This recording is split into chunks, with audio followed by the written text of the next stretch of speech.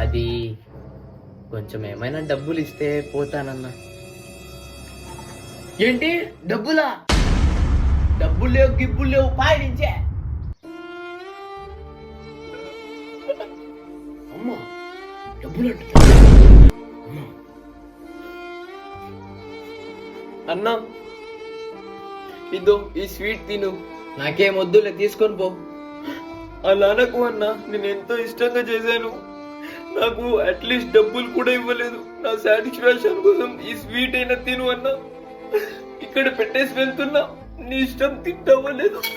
పాపం నిజంగానే ఫీల్ అయినట్టుంది. తినేద్దాం పోని.